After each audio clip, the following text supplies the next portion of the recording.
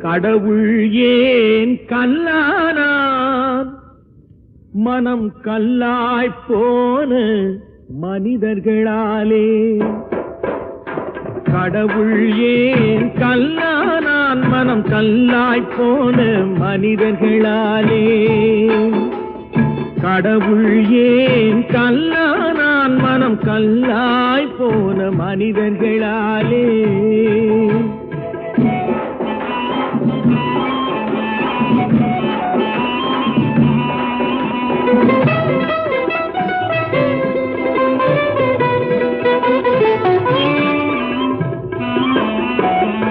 கொடுமையை கண்டவன் கண்ணை இழந்தான், அதை கோபித்து தடுத்தவன் சொல்லை இழந்தான். கொடுமையை கண்டவன் கண்ணை இழந்தான், அதை கோபித்து தடுத்தவன் சொல்லை இழந்தான்.